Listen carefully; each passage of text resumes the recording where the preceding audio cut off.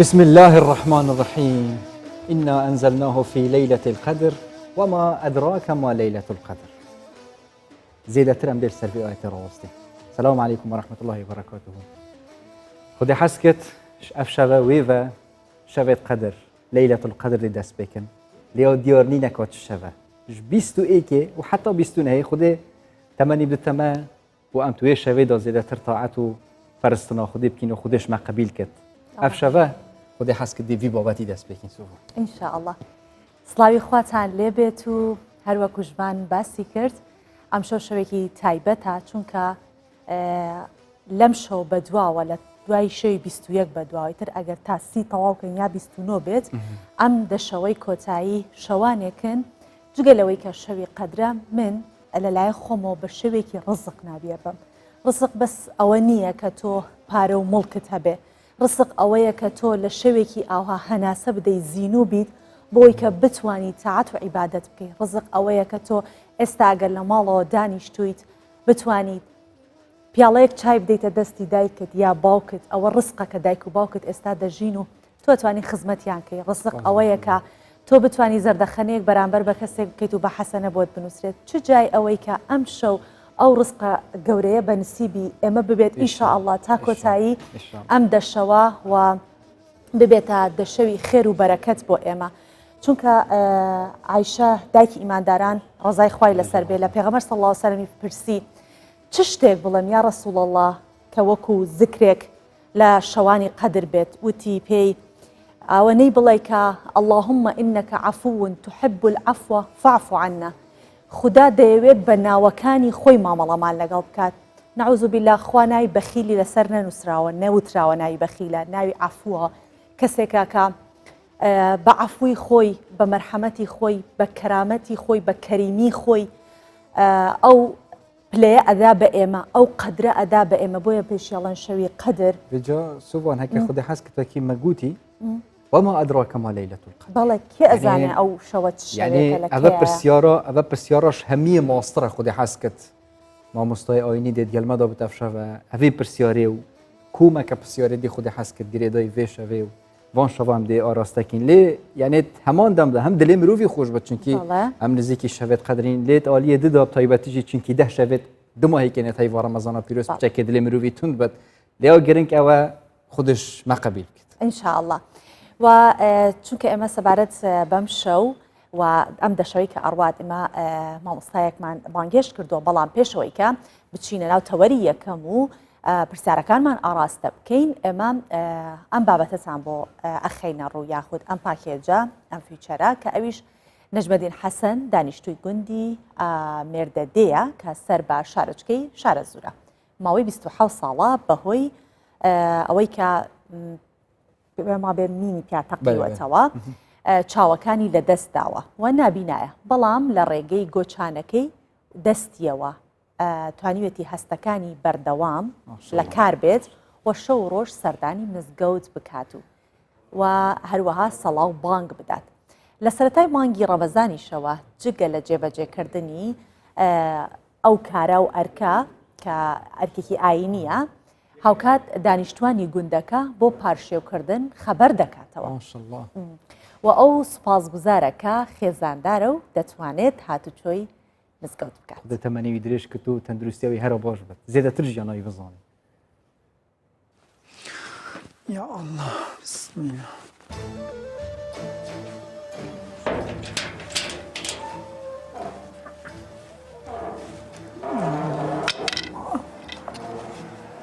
بسم الله يا الله بسم الله توكلت على الله لا حول ولا قوة إلا حسبنا الله لا شاء أمريكية طبعا دينا جانتي خدايا يا جوار أمقاي رسول الله بسم الله بسم الله توكلت على الله لا حول ولا قوة حسبنا الله. اللهم اغفر لي ذنوبي افتح لي ابواب الرحمة. بسم الله بسم بسم الله على رسول الله. اللهم اغفر لي ذنوبي وافتح لي أبواب رحمتك. السلام علينا وعلى عبادك بسم الله بسم الله بسم الله على رسول الله. اللهم اغفر لي ذنوبي وافتح لي أبواب. السلام علينا وعلى عبادنا الصالحين.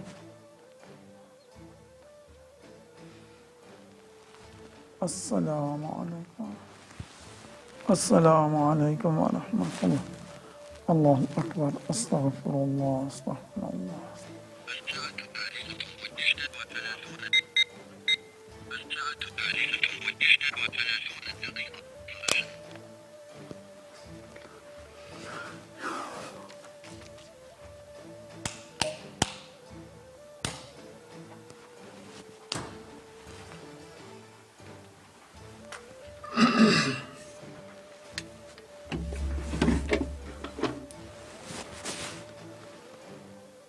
أستغفر الله سبحان الله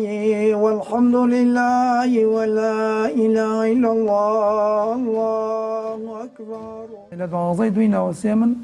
بە کارەساتی ئەلغام چاوەکانم لە دەست داوە. بەڵێ ئەو کاتە من لە لای حیوان بووم، حیوانمان بوو لە گوندی لە فۆجی دوودارە کاتی ئەلغام وشتی تیابوونەوە سێ من ئەلغام هەڵگرتووە چاوەکان من دەست داوە. بسم الله الرحمن الرحيم والضحى والليل إذا سجى ما ودعك ربك وما قلى وللآخرة خير لك من الأولى ولسوف يعطيك ربك فترضى. شوار شش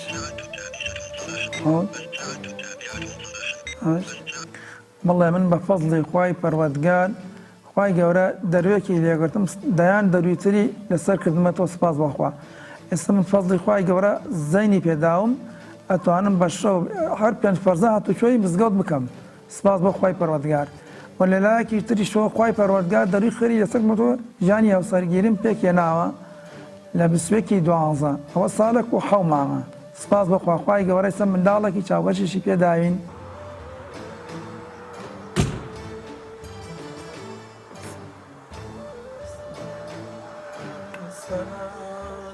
السلام عليك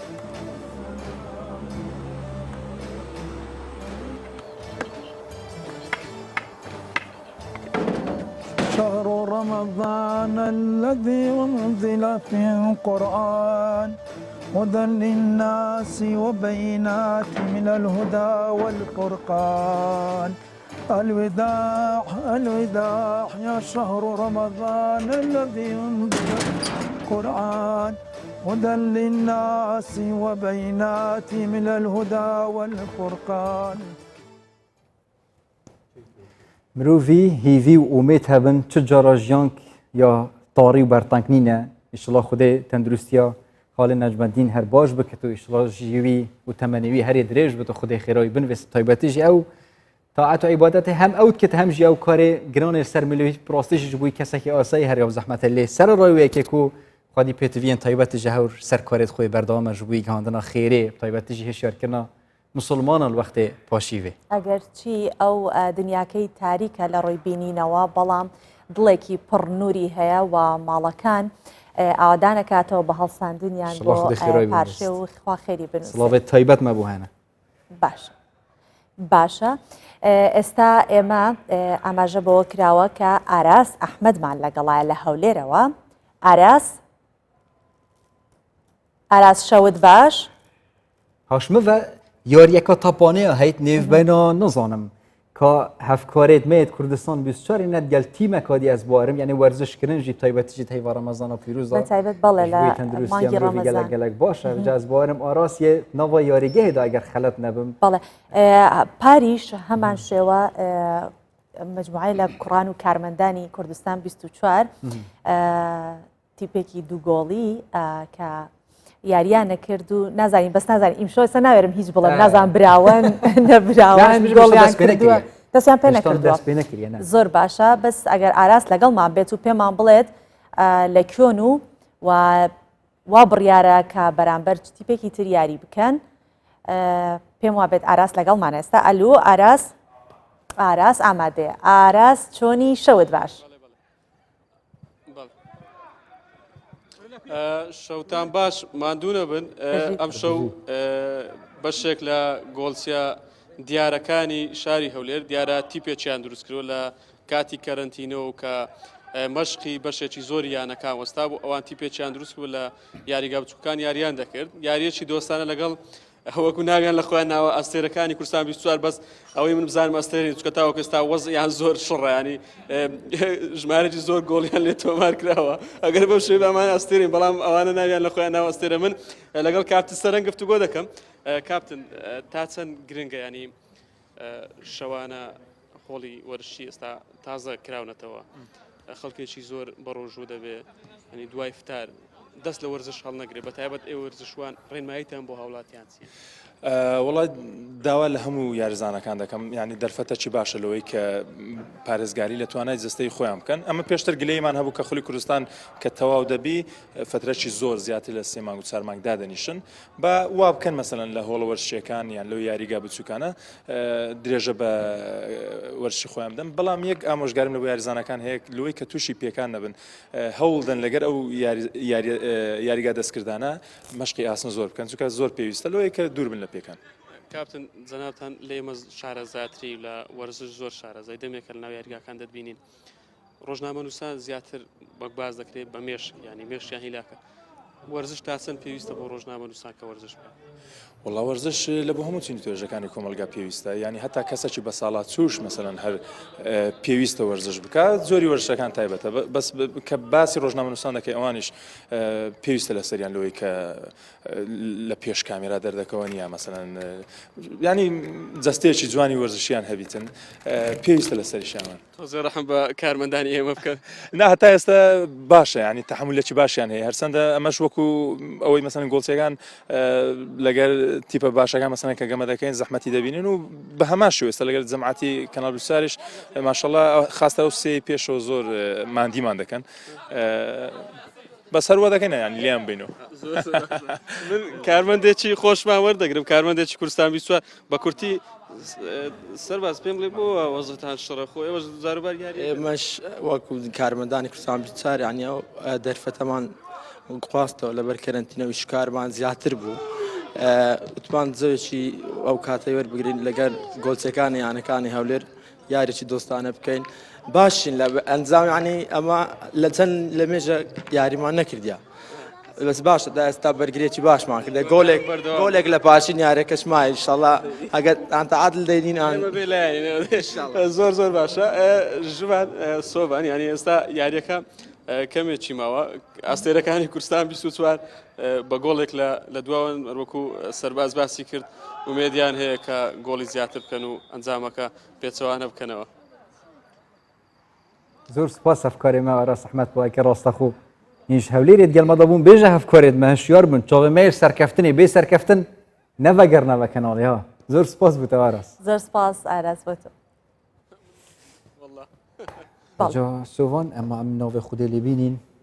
و دەست تەوەری خوێ گرنگ بکەین تایبەتیژی دەست پێکردنا شەوێت لەیلەت القەدر شەوی قەدر و ئەم دەشەوەی کۆتایی مانگی ڕەمەزان ئەو دەشەوەن کە ئێمە وایە لە سەرەتای مانگی ڕەمەزانەوە کە بە ڕۆژوو دەبین و تاعات و عیبادەت دەکەین چاومان لەوەیە کە بەر ڕەحمەت و مەغفرەتی خوای گەورە بکەوین بەڵام زۆربەی زۆرمان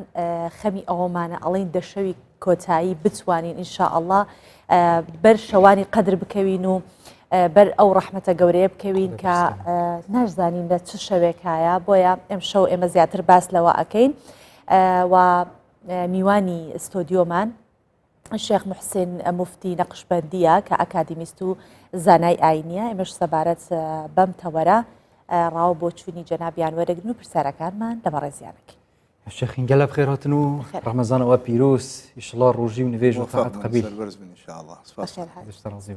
هەموو ئەم ژێ پرسیارەی دەست پێ بکەین يعني آيات القرآن بيروز دهاتيا بسم الله الرحمن الرحيم إنا أنزلناه في ليلة القدر وما أدراك ما ليلة القدر باشا ليلة القدر بنرد ليلة القدر بيا ويا بها جرام بيا يانجي بهاتنا قرآن بيروز خدای مزن اف گرینگه و اف بوهاده و شوی کوهش تانجی نج عالی زانا و حتی پیغمبری صلی الله علیه و سلم دیار نکرد وان ده روزاده. بسم الله الرحمن الرحيم دواكن لخواي قورا ايوش وهم مسلماناني كردستانيشمان موفقك بو قرتنا بري الربازكي خير وشاكا واحسان تقوى وتقواكاري بتايبتي لما عن بيروزا بيش اويك ام باسيه ك همو مسلمانان بجوش وخروشكي ايمانيه واستا لعبادته خواناسيان ودڵیان هەژاوە بۆ ئەوەی کە خۆیان لە خوای گەورەوە نزیکتر بخەنەوە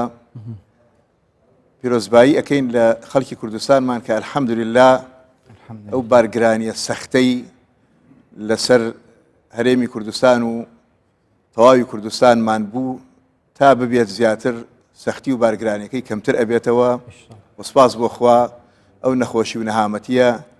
و بەرەو قەڵاشۆکردن و بنەبرچوونی تەواوەتی ئەڕوا خەڵکی ئەکەوێتەوە سەر ئیشوکاری خۆی ژیانی خۆی داهاتووی خۆی کە ئەمە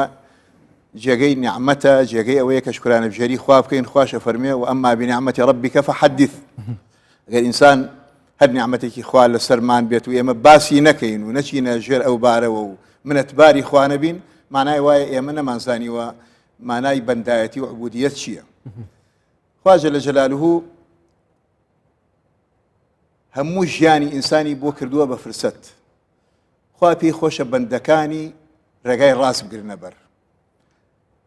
لە هەموو ڕێگا هەڵدێرەکانی ژیانە دەیان و سەدان کۆسپ و تەگەرە ئەگەر هاتبێتە ڕێگات هەزاران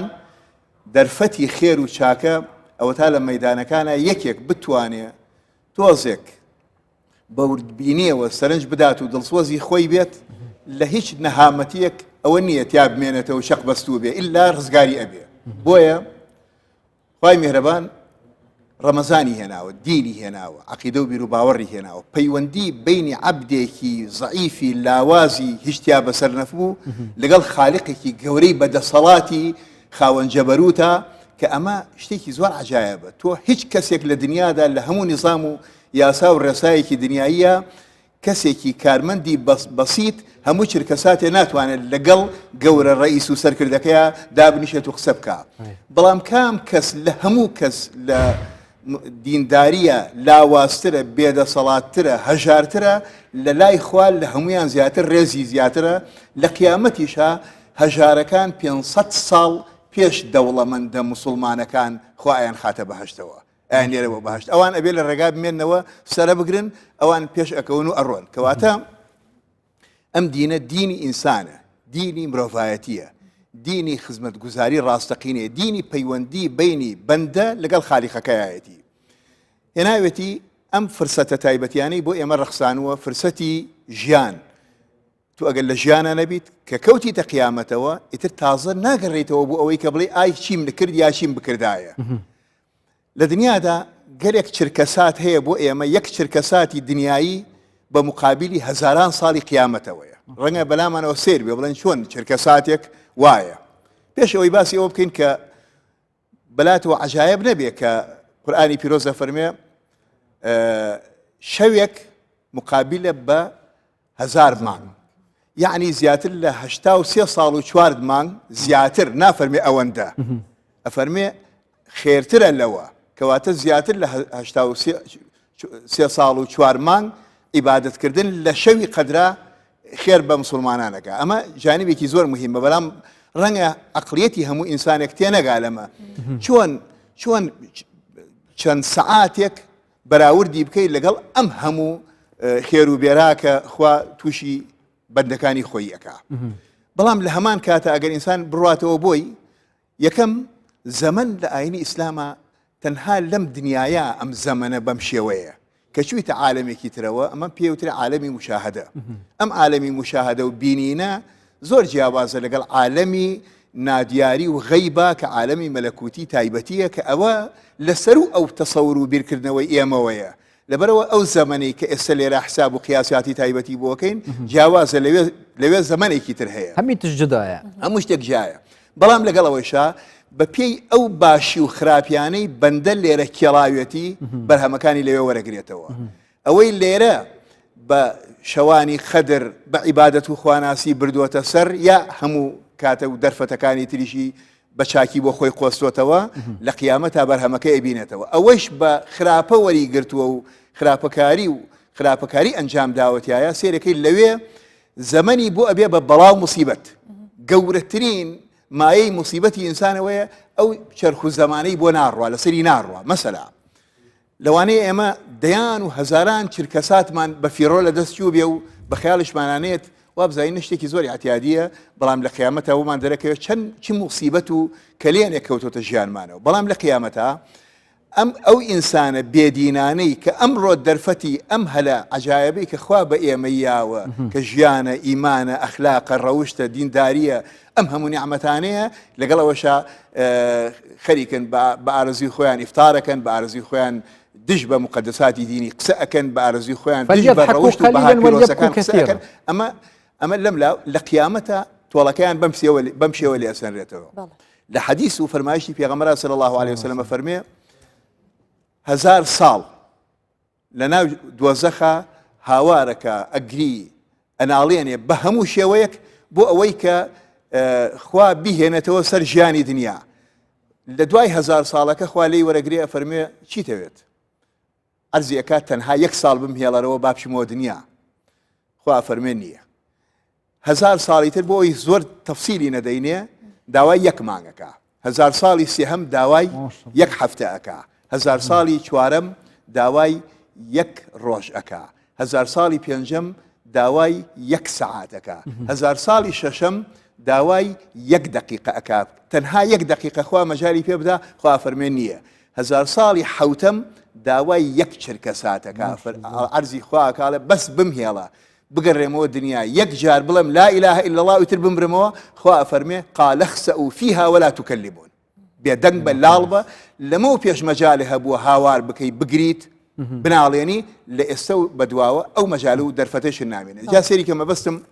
وأما بنعمة ربك فحدث قلقن ئەمە مەبەستم ئەوەیە کە سێری کە ئەوەی کە لە ژیانی دنیادا کەڵک لەم تەمەن و چرکە ساتە و ئەم هەموو سەعاتە بە قیمەت و بە نرخانە نازانێ لە قیامەتە ئەوە ئاستەنگەکانەکە هێتە ڕێگایەوە ئەوەش کە بیزانێت ئەوەتانە نیعمەتی ئەوەیە کە خواجە لە جەلالهو دەروی خێری لێ کردوێتەوە سەیری کە بەچی جۆش و خرۆشێکەوە لە هەر کەسێکە پرسی گەنجە لاوە خوێنەوارە تێگەشتووە هەموو سینف و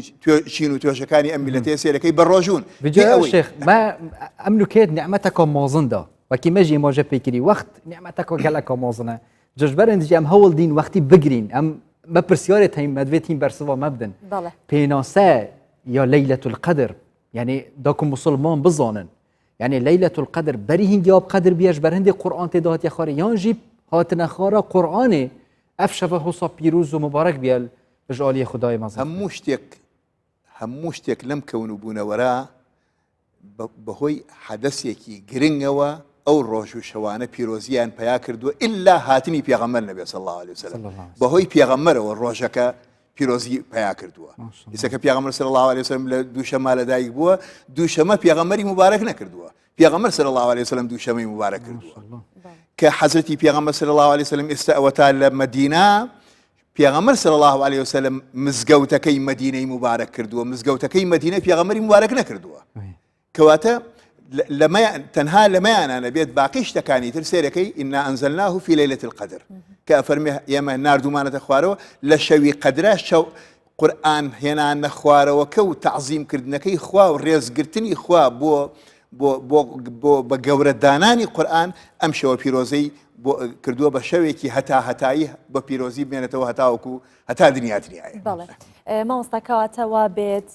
ئەم شەوە ئەوەندە بە قەدر بێت و بە خااتری پێغەمبەر صلی الله علیه و سلم ئەوە قەدردار بووە کاتە ئەبێت عیبادەتەکان و دوعاکان کە تیا ئەکرێت جیاوازتر بن لەو عیبادەت و دوعایانەی کە ئێمە لە درێژایی ساڵ ئەیکەین یا وەکو پێغمبەر صلی الله علیه وسلم ئەفەرمێ من قرأ آخر آيتين من سورة البقرة فكفته يعني كفايتها أو دو آيتي كوتاي سورة البقرة بخين يا عبادة كان وكو أو كان تربيت براسي عبادة هر أولنية بالروالة تشد بكرية هي بيدنجا أو تالا عبادتها هي زور قصيك هيك شيء ونانو سري هي قرآن خوانية دري لش بازار خليكي بياسة كردنا لبروا إنسان خوا جل جلاله إنسان يكي نموني دروس أكا أو إنسان النموني پروردكرا بدينداري بأخلاق بالروشت بها بيروزكان لقيمته شأن خوي بزانيت كسيك خوي ناسي خوي ناسي من عرف نفسه فقد عرف ربه هر كسيك نزاني خوي لچ آستيكايا وشون أتواني عبادتي خوابكا حتى أجر سريشي لسجدة به رجل لو وقتها بيري بلاي شوني كتير بيه بويا أوي جرينجا بو خوشكبرياني مسلمان أمره وأمشي وبيروزانا يكم لدسينة دوهم نقرن بشون بهانا كردنو نان خواردنو لفهينانو سفر الراخصنو ترتيباتو أمانة أمشي وشوي أواني خوي هر كان ساعات يكب أصلاً فرياء وناك ويك دابريشي 2 ساعات قرآن بخوانيتو نوجكي صلاة وتسبيح بكيتو بعد الذكر ويردو أورادو أمانة بخواني بخوي شوكة كتايات أي قرب دابريشي 2 شوار قصيتها بكيتو 2 غيبتي تيها بكيتو أمسر سردان وترتيبات معناه وتانا شوكة لكيس شو نك لكيس شو خوال لسر حسابك تول لكاتك لبال ملكك دانشي سيري أو نكي سيري لايكي تربكيتو قسل لقلاب بكاتو تول روي خطابو گفتاری خود لکسی تر بدهی اصلا رو نکی بوا لو آنها بشی تدرو بکرتنه با توشی مشکلی بکا توش لحضوری خوار لا وصای ولی خوای من هاتم عبادت بو تو کم دل بملاولا بروا لقال خلکی تلاقص بکا انسان ببی ادبی برانبر بقرآن كذا بنيشيه رز واحترام للذكر وعبادتك نزانيه ام قساني كايكا نيد بسر زاريا كي بسر زاريا لسر دلي وابي بيت ابي الزبان تابعي دل بيه نقدل تابعي زبان بيه چونکە ئەگەر زبان تابعی دڵ بێت شوێن کەوتوی دڵ بێت دڵێکی وریای ئیماندار زبانێکی پاکی بە ئەدەبی ڕێکوپێک پەروەردەیەکە بۆیە ئەتوانێت عیبادەتەکانی زۆر بە چاکی بکات و ئەشتوانێت ئەم شەوە پیرۆزەیە لە کیسی خۆی لەدا. مامۆستا ئەم زێدەتر یعنی لەسەر تەفسیرە vê سوورەتە gelek مبارەک و vê şevêt gelek pîrûzdan ڕاستین یعنی وەختت بێژت پەیوەندیە vê ئایەتێ و vê سوورەتێت gel یەکەمین سوورەت و پەیوێت خودی وەختێ بوو پێغەمبەری سڵاو سەربم هاتین پڕێکە جبریلی یعنی دەماکو گوتی اقرأ باسم ربك الذي خلق ئەو هەر ئەو شەوەیە ئەوە لەیلەت القەدر یانجی وەختێ بەحسی vê شەوێت کرد ئاوایەکی دیەک و چاوە قورئان هاتیە خواری و چاوانیە تەنزیلە قورئانێ چاوە بیە وەختێت vê ئایەتێدا بەحەست کرد. قورئانی پیرۆز لە شەوی ڕەمەزانە هەمووی هاتووە شهر رمضان الذي أنزل فيه القرآن همووی بەیەکجار هاتووە لە دوای ئەوە بە مناسبات بە پێی ئەو 23 ساڵی تەمەنی پێغەمبەرایەتی حەزرە صلی الله عليه وسلم بە پێی مناسبە و بوونەکان و پێویستیەکان قورئان وردە هاتووەتە خوارەوە بۆ سەر بۆ ئەوەی خەم بتوانن لەبەری بکەن وەری بگرن تێی بگەن ئەم بشتوانن بە دەرز بیڵێنەوە ئەمە لایەنێکی کەواتە ئەم شەوە پیرۆزەیە شەوی هاتنە خوارەوەی هەموو قورئانە بۆ ئەو جێگایی کە خوا ویستوێتی لەوێەوە ئیتر وردە بیکا بۆیە شەوەکە بەم شێوەیە ڕێزی لێگیراوە چونکە هەڵگرتن و ڕاگواستنەوەی ئاەتەکانی قورئان ئەگەر ئێستا ئێمە باسی بکەین ڕەنگە تەسەور و عەقڵی ئینسان ئەسڵەن هەر بۆی ناچێت ئیمامی غەزالی باسی ئاەتێکی قورئانەکە کۆمەڵێ مەلائیکە ئەتوانن ئەم عەرشی بەرینەیە هەڵبگرن ئەم کۆمەڵە مەلائیکەیە ئیمجا بە هەموو توانایان و ئەتوانن چەند ئاەتێکی قورئان لە شوێنێکەوە بگوێزنەوە بۆ شوێنێکی تر حقیقەتی ئەم قورئانیە زۆر جیاوازە لەوەی کە ئێمە ئەوە تا لە بەردەستیانەوەی تێی ناگەین بەس نوێسینە ئەو ئەمەی کە ئێمە ئەوە تا لە بەردەستمانە ئەو کەسانی کە ئەهلوڵڵان پیاوی خواناسن عارفی ڕەبانین دڵ و دەرونیان بە نووری خوا ڕۆشن بووتەوە ئەوانە بە نووری خوا سەیری شتەکانەکەن ئەو حقیقەتی قورئانی وەکو چۆن پێغەمبەر صلی الله عليه وسلم حقیقەتی محەممەدی هەیە حقیقەتی قورئانیش ئەگەر هەر کەسێک لی تێبگا و لی حاڵی ببێ هەرچی سر و نهێنی ئەم کەونوبوونەوەرە هەیە هەمووی تایەتی وەما ولا رطب ولا يابس إلا في كتاب مبين لەبەرەوە ئەمە بەڵام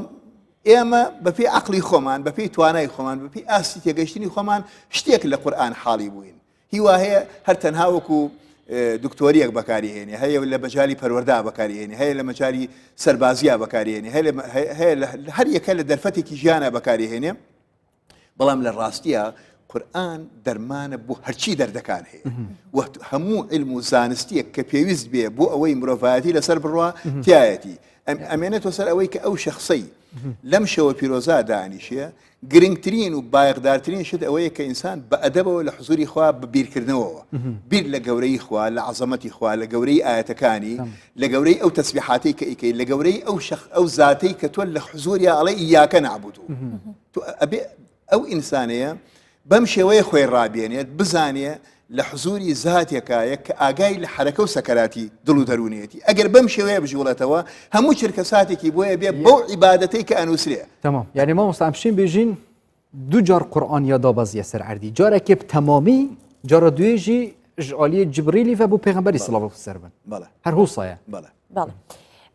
مامۆستا بە پێی هەر چوار مەزهەبە فقهەکە بێت لە دوای شەوی 21ەوە دەڵێن شەوانی قەدرە بزەبت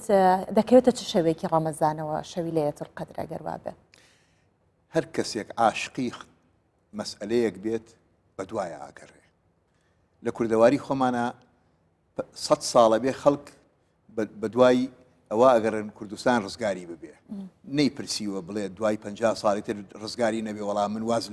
لە پێشمەرگایەتیە هێنم واز لە دڵسۆزیە هێنم ئەگەر تۆ عاشقی ڕێبازی خواناسیت ئەبێ کاتەکان بکەیتە خزمەتکاری خۆت نەک خۆت بکەیتە خزمەتکاری کاتەکارێ ئەبێ ئەم کاتانە بە دەرفەت وەربگری بە هەند وەربگری بۆیە ئەبێ ئیستیعداد و ئامادەباشی لە سەرەتای ڕەمەزانەوە تۆ دەست پێکا تەنانەت ئەوانەی کە خوا پێداون لە کاتێکا کە مانگی ڕەجەب و شەعبانیەتە پێشەوە داوا ئەکەنە پاڕێنە خۆیان بەلیغنا ڕەمەضان بانگەیەنە خۆیانی بۆ ئامادە باشەکەن لیباسی تەقوا کاری ئەپۆشن هەتا دێنە ڕەمەزان کە دێنە ڕەمەزان ژیانیان ئەگۆڕن ڕەوشتیان ئەگۆڕن بەهاکانیان ئەگۆڕن تەسەڕوفاتیان لەگەڵ ماڵ و منداڵ و کەسوکار و دۆست و ئەحباب و مزگەوت و مانەوە ئەمانە ئەگۆڕن لە یەکی ڕەمەزانەوە تا 20 ڕەمەزان خۆی لە ئامادەباشیە ئەبینێتەوە بۆ ئەوەی کە بگاتە ئەو حاڵەتەی کە پێغەمبەرە فەرمێ صلی الله عليه وسلم أوله رحمة وأوسطه مغفرة وآخره عتق من النار ئەم دەشەوە ئازادبوونە لە ئاگر ئەگەر تۆ ئامادەباشیت لە 20 شەوەکەی پێشوا وەرنەگرت بێ ناتوانانی لەم دەشەوە ئەو وەکو پێویست لە خزمەتیابی بەڵام ئەگەر ئامادەباشی وەربگری ئینجا ئەتوانی وردە لەم شەوانە بیکەی ئەگەر لەم شەوانە بۆ دیاری بکەن بڵێن وڵا لە 21 مانگایە 23 مانگەیە 27 یا فلانە ئیتر تۆ سار دەبیت وەڵی پێویستم بەوە نییە هەر لەو ڕۆژە دانیشم و ئەمانە خوا جەل جەلالوهو سر و نهێنیەکانی خۆی دائیما وەکو گەوهرێکی شاراوە لە دەریایەکە چۆن دەریاوان ئەچێتە قوڵاییەوە جاری وهەیە بە مانگێ بۆ یەگەڕێتاوە کۆی دۆزیێتەوە ئەمجا قیمەت و بەهایە زانیە ئەگەر لە بەردەستیا بێ هەر منداڵێک هەر گەنجێک لە باوکیەوە پارە و ماڵ و سەرۆت و سامانێکی زۆری بۆ هاتبێتە بەردەست بێ ئەوەی کە خۆی هیچ ماندووبوونێکی پێوە کردوێ هەروە بە بێنرخی بێ بەهایی لە دەستی ئەڕوا تۆ بە یەک ڕۆژ بکەن بە وەلی و خواناس بە 4 ڕۆژویتە بازارڕۆ هەمووی دانیتەوە بەڵام ئەگەر خۆت بە وردەکاری و بە ڕێگای ریزبەندی و ڕۆژت لە دوای ڕۆژ و عیبادەت و خواناسی پێبگەی ئەو وەختە ئەزانی بە چ قیمەتێک ئەم بەها پیرۆز و ئەم خەڵاتە گەورەی خوایە وەرگرتووە لەبەرەوە لە دەستی نادەی بۆیە پێویستە ئینسانی موسڵمان پێویستە ئەم دەشەوە بگەڕێ بە شوێنیا بۆیە پێغەمبەر فەرمێ صلی الله عليه وسلم بگەڕێن بە شوێنیا لە دەشەوی ئەخیرە بەڵێ لە حەدیثی تریشایە کە فەرمێ لە شەوە تاکەکانیە بەڵام بۆچی ئەبێ هەر دەشەوەکەی بەیەکۆ بگەڕێ بە شوێنیا و نەڵێی وەڵام من با هەر تەنها لە تاکەکانی شابێ چونکە ئێستا وڵات هەیە ئەمڕۆ ئێمە 21مانە ئەو 20ێتی ئەم شەو ئێمە 21مانە ئەو 20ێتی خۆشی بەڕاستەسانێ لەوانەیە ئەویش ڕاست بێ لەبەرەوە ئەم دەشەوە تۆ ئەبێ ئیستیغنای لێ نەکەی هەمووی بۆ ئەوەی کە لە 100% تۆ دڵنیابی بەری ئەو شەوە پیرۆزە بکەیت تمام برنامە ڕێژی و ئامادەکاریەکە تەمام وێداک و ئەف خێر و بەرەکەتەش مەناچن ئەم قودوەی خۆ وەرگریم تایبەتیژی پێغەمبەری صلی الله علیه و سلم وان دەهشەوادا زێدەتر بەرنامە ڕێژیاوی و دابەشکردنا شەوێ چاوی یعنی زێدەتر چ پەرستنەک چ عیبادەتێک کرد زێدەتر چ مەژیل بی پێغەمبەر صلی الله علیه و سلم والله حضرتی پێغەمبەر صلی الله عليه وسلم دائما لە عیبادەتا بوو بۆ چرکە ساتێک غەفڵەت لە گیانیان نەبوو ئێمە ناتوانین چاو لەو بکەین ئێمە تەنها ئەتوانین جارجار شوێنکەوتوی هەندێک لە سونەتەکانی بین ئەینا ئەگەر تۆ حسابی ئەوە بکەی بڵێ پیامبەر صلی الله علیه و سلم چۆن ژیاوە ئێمە وا بکەین وەڵاهی هەرچی تەمەنمان هەیە بیخێنە سەر یەک ڕۆژی ژیانی ئەومان وە دابین ناکرێ بەڵام ئێمە ئەتوانین لە کۆی ئەو فەرمایشتانەی پیامبەر صلی الله علیه و سلم و ئەصحابەکانی کیرام و تابعین و علەما و مجتهدینی ئیسلام و خواناسان و ئەولیاکان کردویانەوە هەتا ئێستا بەدەستنووسایی بۆ ئێمەیان جێهێڵاوە خسویانەتە بەردەستمانەوە بە پاکوور ڕێکوپێکی ئەو تا لە بەردەستمان ئەتوانین شتێکی لێ هەڵەنجانێکی شتێک کەمێکی لێ بکەین و بتوانین لەم دەرفەتی شەوانی لەیلەتول القەدرا ئینشاءڵڵا ئیسفادەی لێ بکەین من ئومێدم وایە ئەمە ڕووی گوتاریشم ئەکەمە بە تایبەتی ئەو کەسانی کە ئەمڕۆ لە وڵاتی ئێمە دەسەڵاتدارن بەتوانان ئوموراتی خوا ئوموراتی ئەم خەڵکەی خستووەتە بەردەستیان چونکە خوا محاسبەی ئەو خەڵکەی سبەینێ ڕوبەڕوویانە بێتەوە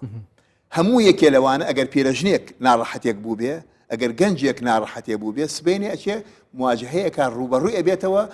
کەواتە ئەمڕۆ خوا ئەم دەرفەتەی بەتواوە توانات هەیە ئیمکانیات هەیە دەسەڵات هەیە قسەت ئەڕوا ئەمڕۆ تۆش ڕوو لە خوا بە بە تایبەتی ئەوانەی ئەیانەوێ وڵاتی ئێمە لە ئازادیا بێ لە سربەستیا بێ لە میهرەبانیا بێ لە ڕزگاربوونی ڕاستەقینا بێ بە تایبەتی کوردستانێکی ئازیز و ڕێکوپێک کە خوا بە ئێمە یاوە لە پاڵ چوار دەورمان بە دوژمن گیراوە کامیان دڵسۆسترە لە هەمویان زیاتر بۆ ئێمە لە ڕەسەد و لە کەمینایە کامیان تۆ بە باشتری ئەزانی ئەگەر دەسەڵاتی هەبێ بە خوێنی تۆ تینووە کەواتە تۆ لەم حاڵەتە نابێ بیر بکەیتەوە بزانی کە خوا ئەم کوردستانی چۆن ئێستا ئاوا پاراستووە چۆن ئەم نیعمەتەی بە ئێمە داوە ئەم هەموو دەسەڵاتدارە ئەم هەموو توانایە ئەم هەموو زاڵمە ئێمە بە ڕێکوپێکی ماوێنێتەوە ئەمە جانی بە سیاسی و عسکەریەکەی حساب بکە جانی بە نەخۆشیەکەیشی سیر بکە بزانە بە چ دەسەڵاتداریەکی ئێمە توانایی پزیشکی ئیداری دارایی کەی ئێمە گەیشتوەتە وڵاتەکانی وەکو فەڕەنسا و ئەمریکا و ئەوروپا و رووسیا کە ئەوان بە هەموو شێوەیە خوا وای لێکردوون ئەناڵێنن بەدەستی ئەم میکرۆبە بەسیتەوە هەموو دنیای هێناوەتە لەرزین و حەشۆکە بۆچی ئەبێ ئێمە نەزانین کە ئەمە خوا ئێمەی پاراستووە بەڵێ جێگەی سوپاسە جێگەی تەقدیرە بۆ هەرچی کەسێک لە ئاستی خۆیان توانی بێتی خزمەتێک بە میلەتەکەی بکاوە لە خستەخانەکان لە کارمەندەکان لەوانەی کە شەونخونیان کردووە لە جادەوبانەکانەوە بەڵام مەسئولەکان زیاتر ئەبێ ئەمڕۆ بیر لەوە بکەنەوە کە ئەم دەرفەتە ئەوانش بیخۆزنەوە بۆ ئەوەی کە لە عیبادەت و تەخوا خواناسیان بەس چه عیبادەتێکی زیاتر بکەین بۆ دەهشەوەدا حتا ئەگەر ئەم شوێن کەوتی و دیفکەتیت پێغەمبەری بین صلی الله علیه و سلم يعني مثلا مەوەستەمت زۆنی چێشێخ بۆ نمونە پیاوێک دەستە مزگەوت دوودڵە باشە سنت بکە یعنی یان قورئان بخوێنێ یان بەستە دەرێ خەڵک ئامۆژگار ئەوەی کە جێگەی زیاتر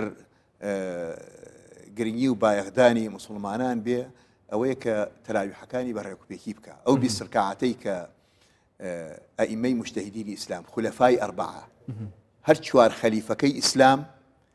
کە بەم شێوەیە کردویانە و بیست ڕکعات نوێژیان کردووە و سێ ڕکعاتی وەتریان کردووە و ڕێکوپێک و ئەمانە با ئەو خەڵکەیە بێت ئەمە بکە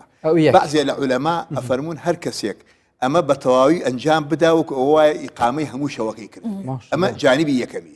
دوای ئەوە کە ئەمە تەواو بێ ئیسراحەتیە پشوویەکەکە نیەت بێنێ لە ئیعتیکاف و لە مزگەوتە ئەمێنێتەوە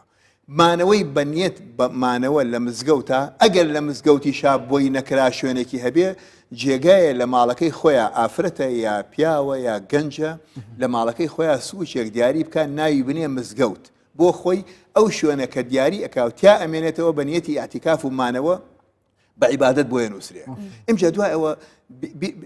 دەست بکە ئەگەر خوێنەوارە قورئان بخوێنێ ئەگەر خوێنەوار نییە تەسبیحات بکە زیکر بکە لا إله إلا الله بکە لا حول ولا قوة إلا بالله بکە ئەو سنوفە عیبادەتانە کە پێغەمبەر صلی الله عليه وسلم دیاری کردووە کە ئەفەرمێ كنز من كنوز الجنة بقالت نافرمي هر كسيك بلي لا حول ولا قوة إلا بالله گنجينيكي بهشتي دس أكوية ديتو حسابي بك لا حول ولا قوة إلا بالله يك كلمة هموي لسيشوار بيتو وشبيك هاتوا ومزانه كبلي شتيك لو قورتر يا لو زياتر بلم لو أنا خيرم زياتر بقى جاري وهي الريكة يشتكل لو كم تريشة خيرك زياتره مثلا لا إله إلا الله لا حول ولا قوة إلا بالله كم تريشة كشي سيركي خيركي لو يزاتره جاء ما أسراراتي عبادة تقوى كاري ببي شخصكية تا چرا ديك أم شخصية ربطو بيوندي لحضوري خويا هي التوانية استغلالي أو كاتب كابو أويك الدلي بوياي لحضورها بيالتوا أو قساني كالحضوري خويا إيكا أو قسانة خوي بدرو نخاتوا بالرازقوي بمصداقيته بيكا نيتي خيري هبه لعبادته ما بس وانا بخلق تعريفي بكا ما بس وانا بخلق بيا هلداني بكا وبلا والله فلان كز دانشتو قرآن اخوانه وذكرك امشي بعبادة حساب كردوا اگر چاكيكي كردبي يا برباني بو مسلمانه كردبيتو دشو نباسي نكاتو نياتو بشاويا چونك امانه هموي لجاتي اويك عبادتي بو بنسري لسري انسري يعني بقناه تاوان لسري أجمير بوي أميت موايك أم برايانا أو خشك بريزاني لم شو بيروزانا بتايبتي لمسقوتا كان كأمي النوا يكم شنك بيانا كريت أو رين ما يتندرسياني كهي بقريني وبايخة وسيري بكن شنك اهتمام دان بصحتي أو خلقية أجر اهتمام دان بصحتي تو خوت واجب بيه قريني ودبايغدان بتندرستي خلقي فرزة أما لا يكمي لا يدوهمي تحسب بواكي كخوت شاكي ويترى لي قيناكا بلا مزقود يا شون قشتي كان نازاني كيت وكنايت لبروا أبي إنسان زور بأهميته بنوار ربوي لوانيه روبريبته سيهم لدرفتي دواي نوشي عشاوة صلاة التسبيحك ذكر لا إله إلا الله أكا قرآن خوندنك ببي أو برنامج ما وصاكا يا أو كس شارزاني كهي يا إنسانك لبيني خوي وخاي خويا أزاني شون كاتكاني بعبادة باتسر حتى مهم أويا حتى مطلع الفجر دلي بورياي مينته ما بسطا يعني اعتكاف لدوي نجي عشاء أكريت أجر بي يعني مرجكان اعتكاف ما نبورون كيتوا لك لدواي نجي مغربة ويتر شوا حتى وكو جزيني برا يعني لبروا دعاتواني بكار ئاسایەکانی خۆی هەستێتەوە دیسانە لە دوای نوێژی مەغریب و ئەعتیکافەکە هەتا بەرەبەیان ئەتوانێت لە هەموو کاتەکانی خۆیان هەموو کاتەکان بەبایەخەوە سێر بکە یەکێ لەو کاتانە زینوکردنەوەی بینی نوێژی مەغریب و عیشایە بە عیبادەت ئەمە هەر خۆی عیبادەتە حتى تەنها ئینتیزاری بکەی هیچ نەکەی دانها دابنیشی ئینتیزاری ئەوکەی نوێژ عیشای بێتە پێشەوە ئەمە بە جۆرێک عیبادەت بۆتە نووسرێ تەنها لە مزگەوتەکە بمێنەرەوە پاڵ بدەرەوە هیچ مەکە تەنها دڵی وریابێ و ئینتیزاری بەرەکەتی خوا بکە کە خوا بركتي أني لتخواره بسرتها أويك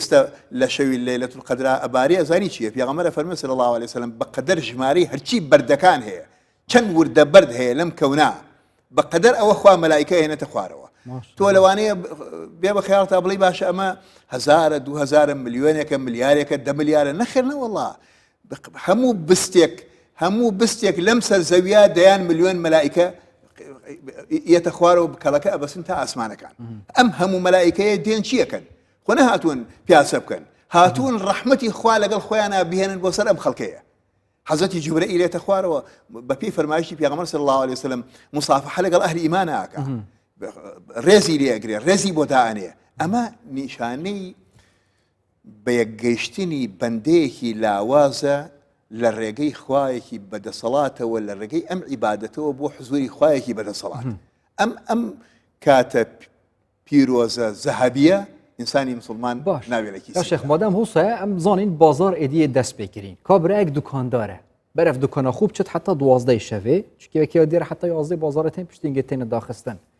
نيت خوبينت او ديت دكان خود هم كار خوجي كت و هم اعتكاف شيكت مثلا برا ده ذكري كت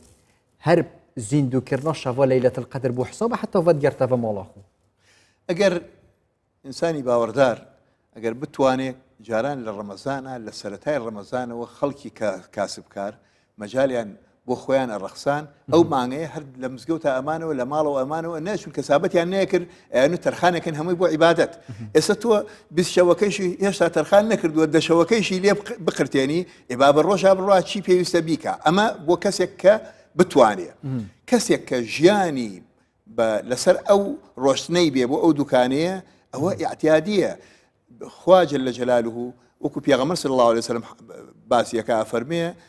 او دستا اقوشيت كلا ايش كردنايا وماندوبوا وەقلیشی بردووە لەگەڵ ئەوەیشا خۆی و ماڵ و مناڵی بە برسێتی ناهێڵێتەوە ئەو کەسەی کە گیانی و ئەندامەکانی لەشی لە کار و کەسابەتا بێ کەسابەتێکی حەڵاڵا بێ و دڵ و دەرونیشی لە حزوری خوای خۆیان بێ ئەو دووجار عیبادەتی بۆ نووسرێ بەڵام بەو شەرتەی کە ڕێگەی نەبێت بچێ ئەگەر ڕێگەی هەبێت و ئەو دەرفەتە بخۆزیێتەوە لە مزگەوتا بێ هەر سیرکردنی قورئان بخۆی عیبادەتە هەر سیرکردنەکەی ئینجا دوای ئەوە سێرەکەی لە ناو مانەوەی ناو مزگەوتەکە عیبادەتە لەگەڵ کۆمەڵی مسلمانە دائنیشی لەوانەیە 50 کەس 100 کەس مسلمان دائنیشین یەکێکیان ئەهل الله بێ یەکێکیان خواناز بێ دۆستێکی خوا بێ بەهۆی ئەوە خوا عیبادەتەکان لە هەموو ئەوانی تریش وەرەگرێ کەواتە ئەمە هەمووی ئەبێتە ئەسبابی سەعادەت و بەختیاری و بەختیاری ئینسان بەڵێ مەرجە کەسێک کە بۆ شەوی لەیلەتول قەدر ئەوێ لەیلەتول قەدر زین و کات مەرجەکە نەخەوێت نەخەوتن مەرجێکە لە شەوانی لەیلەتول مەرجەکە ئاگادار بێ دڵی وریا بێ هیوا هەیە لە ئەوەڵی شەوەوە هەتا بەیانی بە زیندوی ماوەتەوە نەشخەوتووە و یەک تۆسقاڵش عیبادەتی بۆ نووسراوە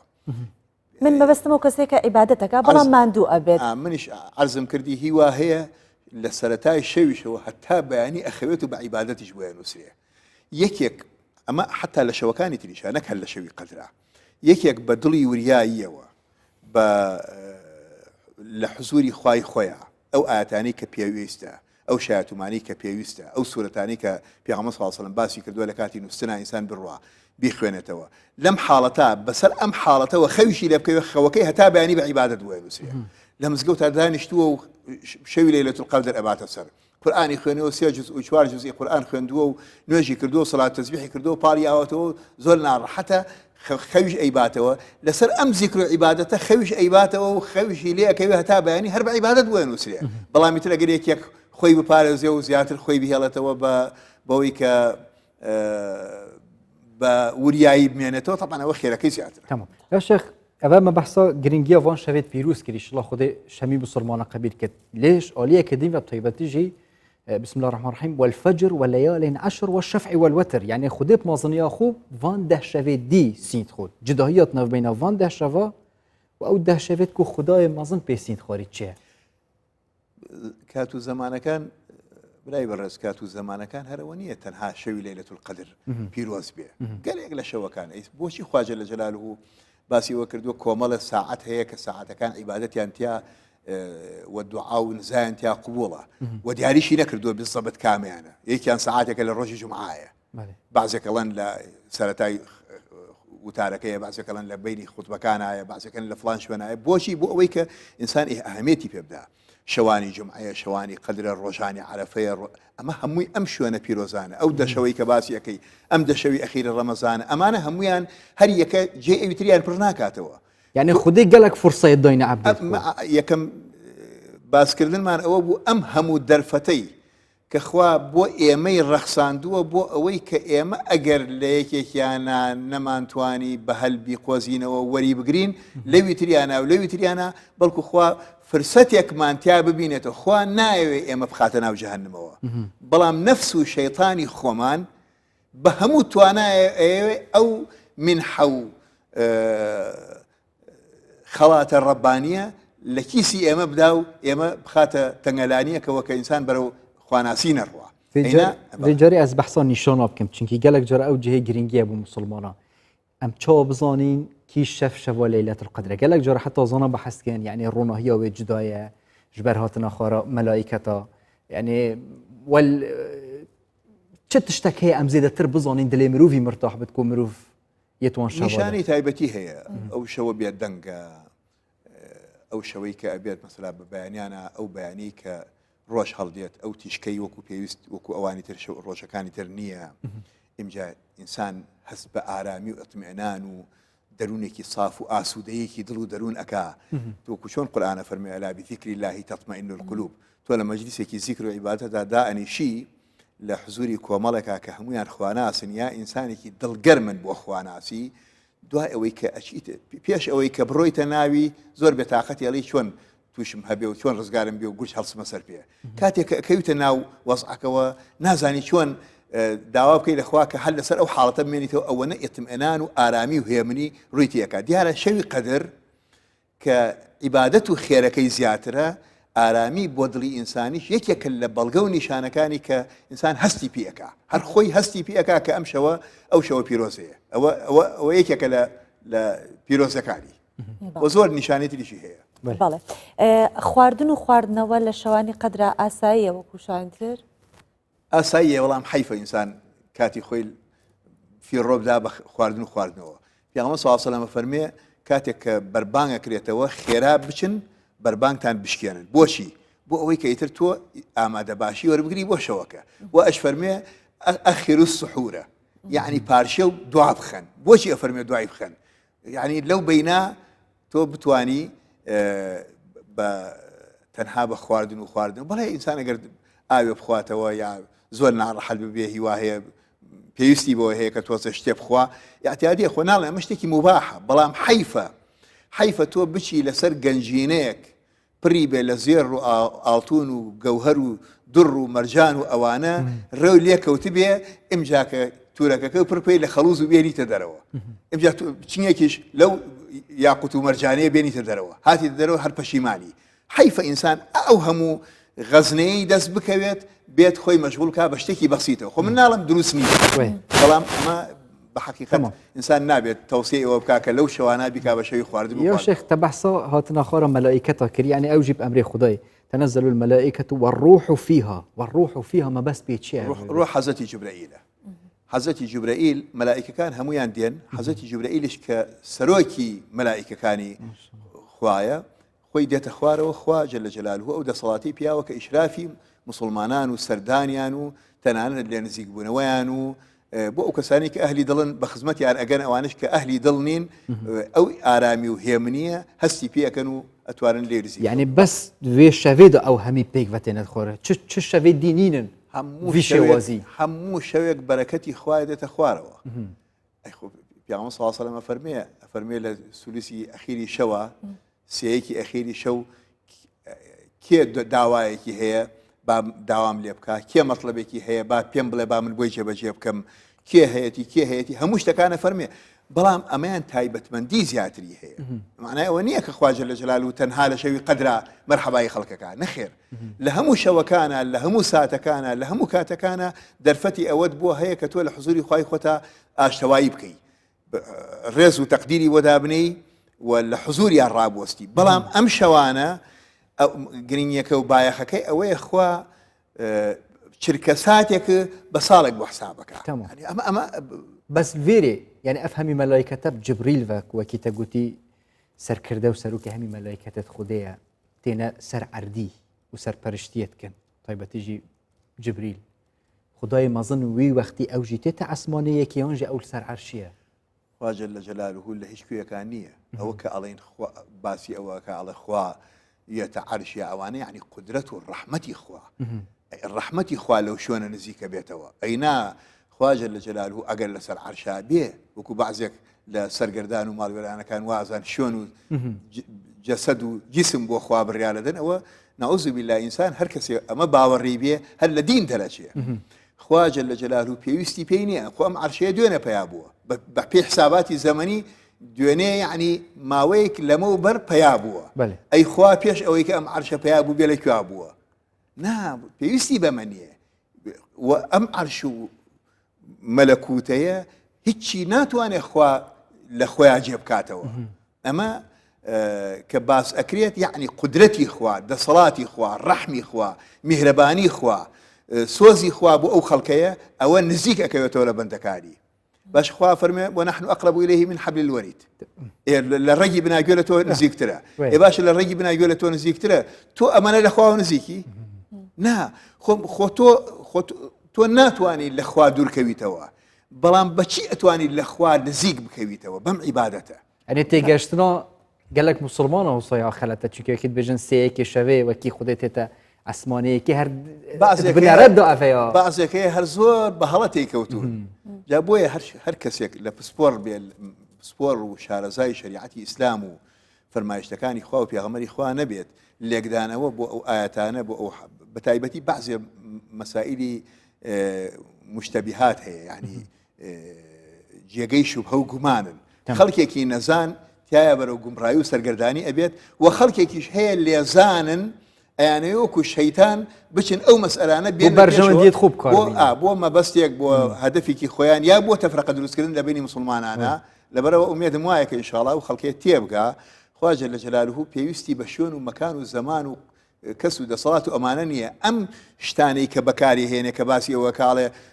یەد اللهی فەوق ئەیدیهم خۆ بۆ ئەوە نییە کە خوا ئەم دەستەی هەیە نەخێر نەعوذ بالله یعنی بەچی تۆ تێبگەی خوا قووەتی هەیە بەچی تۆ تێبگەێنێ ئەمە ئاستی قسەکردن فەرمایشتی خوا دا ئەبەزیە بۆ ئەو ئاستەی کە بەندەکانی لێی فێر ببن ئەینا کاتێککە باسی دەست ئەکا یعنی قدرەت یعنی توانە نەکو یعنی ئەوەی کە مادەیەکی هەبێت و ئەمانە مامۆستا یەک پرسیارم هەیە ئەگەر بکرێت زۆر بە کورتیش وەڵام بیتەوە ئێستا بۆ نمونە کەسانێکن لە گۆی دوو هەم یعنی گۆی زەوی لە بەشەکەی ترین ئێمە لە لای مەشەوە و لە لای ئەوان ڕۆژات و ڕۆژ لە لای ئەوان زۆر زۆر درێژە تەنها چەند کاتژمێرێکە کە تاریکە بێت ئەوان چۆن شەوی لەیلەتول قەدریان بۆ حسابە بێت لەما و زانایان زۆریان باس کردووە لەو بابەتانەوە زیاتر ڕەئی کام وڵاتی ئیسلامی لێیانەوە نزیکن ئەتوانن قیاسی زەمەنی خۆیان بخەنە سەر ئەو وڵاتە ئیسلامیە لەگەڵ ئەوانە بیکەن و بەربام بکەن و پارشێویش بکەن ئینشاءڵڵا خودێ ئەو بەرنامەی نوکەژمە پێشکەشکری بحزورەوە هەر ئەعتیکافاتنەوە مزگەفتێدا و بخێر و بەرەکەتت شەوە لەیلەتول قەدر بوو مەحسێب ئینشاءڵڵا ومێ دەکەین کە وا بێت شێخ محسین مفتی ئەکادمیست و مامۆستایینی نەفشەبەت گەلمەدا بین زۆر سپاس بووە دووبارە ڕەمەزانەوە پیرۆز ڕۆژی و نوێژ و تاعەت قەبیل ئینشاءڵڵا زۆر سپاس سپاس بۆ ئێوەش ئینشاءڵڵا ومێ دەکەین کە ئێوەش و هەموو مسلمانانیش بە گڕوتینێکی ئیمانیەوە هەمومان خوا بمان خاتە ژێر سایە ڕەحمەتی خۆی بە تایبەتی لەم شەوە پیرۆزە ومێ دەکەین کە ئینشاءڵڵا ڕۆژەکانمان نەداتەوە بەسەرا و داواشەکەین لە میهرەبانی خوا ئیتر بەزەی بێتەوە زیاتر بەم میلەتە و ئەم هەموو زاڵم و چەوسێنەرانی لە چواردەورمانان خوا قەڵاچۆیان بکات و پێ بەمار نا دژمان بۆسنەوە وخوا سەرکردەکانیشمان بۆ عاقڵ بکات تۆزێخ خۆفی خوا بچێتە دڵیانەوە لەم ڕۆژگارە تایبەتیانە ئەوانیش تەوبە بکەن و بگەڕێنەوە بەڵکو ئینشاءڵڵا وێ دەکەین کە خوا دەروی خێر لە هەمومان بکات بەشێک لە کاروپیشەکان لە مانگی ڕەمەزاندا بازاڕەکانیان لە شەوان بەراورد بە ڕۆژ گەرم و گورترە یەکێک لەو کارە کە دەکرێت پێشانگای کڕین و فرۆشتنی ئۆتۆمبیلە سەرە خوب فروشم بەس گەس لێ و لە هەولێریش دوای ڕۆژوشکاندن و بەربانکردنەوە و جوڵە و مامەڵەکردن و فرۆشتنی سیارە و ئەوانە لە پێشەنگای ئۆتۆمبیل دەست پێ ئەکات بۆ تادرنگانێکی شەویش لە کاتی پارشەویش بەردەوامە بن ئێمەش فیچەرێکمان لەو بارەوە بۆتان ئامادە کردو پێکەوە دێن بەرەف بازارێ تڕۆمبیلە زانە کڕیار و فرۆشیاران جیاواز لە مانگەکانی دیکە لە شەودا جوو لە بازرگانیەکانیان جێبەجێ دەکەن. ئێرە ناوچەی پێشانگای فرۆشتنی ئۆتۆمبیلە لە هەولێر وەک نەریتێکی لێ هاتووە لەگەڵ دەستپێکی مانگی ڕەمەزان گرم و گوڕی بازارەکە لە شەودا زیاترە بەڵام جیاواز لە ساڵانی پێشووتر بە هۆکاری ڕێکارەکانی حکوومەت بۆ ڕوبەڕووبوونەوەی بڵاوبوونەوەی پەتای کۆڕۆنا و کۆنتڕۆلکردنی بڵاوبوونەوەی نەخۆشیەکە کردنەوەی ئەم بازارانە ناوەڕاستی مانگی ڕەمەزان دەستی پێکرد تا ئاستێک کاریگەری لەسەر جموزۆڵی بازارەکە بەجێ هێشتووە. مانگی ڕەمەزان مانگەی پیرۆزە هەموو ساڵان شەوان معرەز هەبوو شەریکات هەبوو ئەو ساڵ بە بۆنەی کڕۆنە و بە بۆنێک کە دوومان خەڵک لە ماڵێ بوو کەمەک بۆ ڕۆژ لای بووە شەوان ڕاستە معاملە شوێ پەسەنیە لە ڕۆژە دەمینێتەوە و هەیە عەزناکە بەس ئەو بازارە خەرک دێ و دەڕوا و هەر کەسە بە قەنەعاتی خۆشی دەکرێت دەفرۆش. لەم بازارە چەندین کە سەرقاڵی دابینکردنی بژێوی ژیانیانن بە کاروپیشەی جیاواز کڕیاران و فرۆشیارانی ئۆتۆمبیلیش ڕوتینێکیان بە شەقامەکان بەخشیوە بە شێوازێک تا درنگانی شەو چەندین ئۆتۆمبیل لەم بازارەدا کڕین و فرۆشتنی بۆ دەکرێت. ڕاستی ساڵی ئەو سەلەگە سارەکانی پێشتر زۆر فەرقی هەیە لەبەر ئەو نەخۆشیەی ساڵانی پێشتر بە شەو زۆر قەرەبارە بوو بازار زۆر باشتر بوو هاتۆ هەبوو ینی لە بینی شارەکان خەڵک دەها سیارەی دەکرێت لە جنوب لە دهۆک لە سلێمانی زۆر باشتر بوو بازارەکە بەس ئێستا لە بۆ نەخۆشیی شەوان هەیە بە شەوان هیچ قەرەبارێکی وانە جارێ لەبەر نەخۆشەکە ئیشاڵە تا سوکتر دەبی زیاتر شەوان باشتر دەبی ئیشاڵە جم و جۆلەکەش بازارەوە نییە یعنی ئەگە پێشتر بە ئێوارن ئەگە دەحقدی سیارەی هەبا بۆ کڕین و فرۆشتن ئێستا یەکە یان دووە خەڵکەکە کەم دێتن بەس ئەوەندەمان هەیە ئاسانکاری لەوە خەڵکی بکە لە دایرەی مروری بەڵکو شەکانی بەرەستا زۆر کەس سیارەی دەکڕی ناوێری بکڕی لەبەر سدە لێ بە ناوم نات یعنی هاتوو بتەوێنێتەوە ڕەبتەکی مباشر هەیە لەگەر مروری هاتوو سیارە ژمارە کاتی چێشەنیە بە ناوی شەریکاتە بەس ئەمن ئێستا بمێ سیارەکی ڕقم بکڕم بە ناوی شخصەشی بینەی ناسم ناتان لێ بکڕم لەبەرەوەی ناتان بەناو لە ناوچەی پێشانگەی فرۆشتنی ئۆتۆمبیلدا زیاتر لە 300 پێشانگا هەن کە بە درێژایی ساڵ بۆ ناوخۆی کوردستان و تەنانەت لەسەر ئاستی عێراقیشدا جموجۆڵی بازرگانی و کڕین و فرۆشتنیان تێدا بەردەوامە بۆ ئەم ساڵ لە چەند مانگی ڕابردوودا جموجۆڵی بازرگانیەکان تا ئاستێک کەم بۆتەوە کە گەرموگوڕی بازارەکەی نەهێشتووە بەوتەی شارەزایانی بازارەکەش لەگەڵ باشتربوونی بارودۆخی بڵاوبوونەوەی پەتای کۆڕۆنا لە هەرێمی کوردستان پێشبینی دەکەن چوولە و گەرموگوڕی بازارەکە دووبارە دەست پێ بکاتەوە و بگەڕێتەوە دۆخی جارانی پێش سەردەمی کۆڕۆنا. ئەحمەد حاجی سەمەد، کوردستان 24 هەولێر. بەڵێ هاتینا تەوەری دووهەمیان بڕگەی دووهەمی پرۆگرامی پاشیف کە بڕگەیەکە کە هەمیشە باس لە بابەتە تەندروستیەکانی تیاکەین لە مانگی ڕەمەزان بەڵام پێش ئەوەی کە بچینە ناو بڕگەی دووهەم دەچینە لای ئاراس کە لەگەڵمانە. ئاراس شەوت باش؟ چۆنی دەکۆی چی دەکەی؟ شەو باش سۆڤان. بەڵێ شەو باش سۆڤان، شەوی شڤانیش باش. هەر پەیوەندیدار بەو فیچەری کە پێش ئێستا ڕۆیشت بەشێک لە پیشەکان لە مانگی ڕەمەزان دەکەونە شەوان و زیاتر بازار و جم و جۆڵان لە شەوان گەرمترە بە تایبەتی پێشانگاکانی ئۆتۆمبیل لەگەڵیشیدا شەوانی ڕەمەزان بۆ پێی کە تایبەتمەندی خۆی هەیە بۆ پێی کە زیاتر شەوان بازار قەرەباڵغترە بۆ پێی کە هاوڵاتیان لە ڕۆژدا بۆ پێی کە بە ڕۆژوو دەبن زیاتر هیلاک دەبن و لە شەوان زیاتر دێنە دەرەوە بۆ ئەوەی کە کەمێک لە ماندووبوون و کەمێک لەو هیلاکەتی کە بەهۆی 16 کاتژمێر بە ڕۆژوو بوون چەشتویانە لە جەستەیان دەریکەن. بێگومان لە ڕانیەش لە شەوانی ڕەمەزان بە تایبەتیش لە دوای 15 ڕەمەزانەوە جم و جۆڵێکی تایبەت دەکەوێتە بازارەکانەوە و بازارکردن لە شەواندا گەرمتر دەبێت. بە تایبەتیش ئەو دوکانانەی کە ساردەمەنیەکان پێشکەش دەکەن، ئەو دوکانانەی کە ڕێستۆرانت و خواردنە سەفەریەکان پێشکەش دەکەن، چایخانەکان و بەگشتیش دوکانی جلوبەرگ و چەرەزات و شیرنەمەنیەکان کە هاوڵاتیان دێنە دەرەوە بۆ بازارکردن.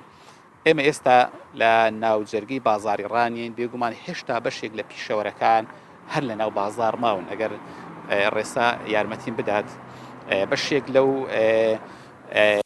دەستگیرانەی یاخود لەو خواردنگە گەڕۆکانەی کە خواردن دەفرۆشن و بەشێک لە هاوڵاتیان شەوانە دێن خواردنیان لە دەکڕن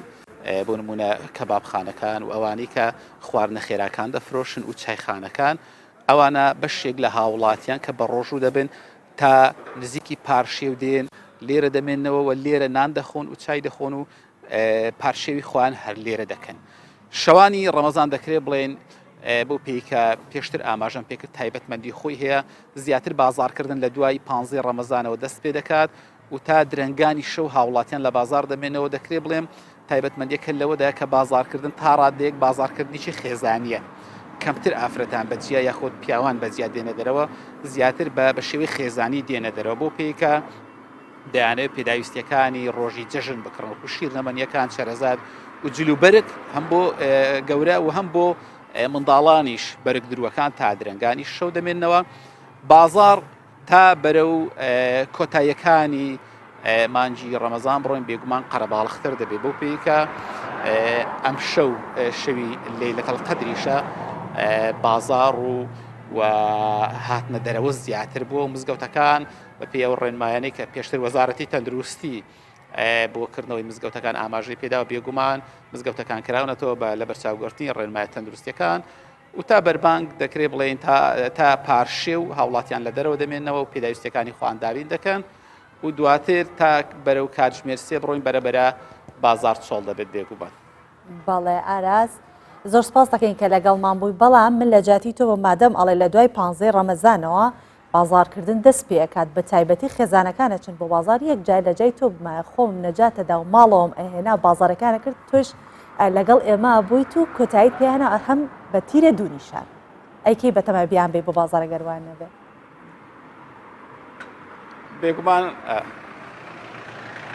بێگومان هەروە دەکەین بەڵام ئەیتر کات ماوە دە ڕۆژێکی دیکە ماوە بێگومان ئێمەش وە قسەیەکەیە دەڵێن لەگەڵ عامەی دەچینە شامێ بێگومان هەردەچینە شامێ ئەمەش هەر بژی لەشتان ساغ بێت هەر بژی ئەم دەفمەت بژن دوو چیچکۆ بەرەکی بکوژین دوو چیچکە بەرەکی بکوژین چەند بەڵێ ئەو نێچیرۆ چیشکۆ یعنی نەوە درست نە زۆر قورسی مەکە لەسەرم قورسی مەکە هەرەوەنە دوو چیچکە بەرەکی بکوژین بەرەکی بکوژین تا ئەوەش پێر بوو. بەڵێ هاتینە تەوەری دووهەممان کە تەوەری تەندروستیە دەمانەوێت باس لە حاڵەتێک بکەین یا دۆخێک بکەین زۆربەی بە ڕۆژوانان ئەوانەی کە تەندروستێکی باشیشیان هەیە بەڵام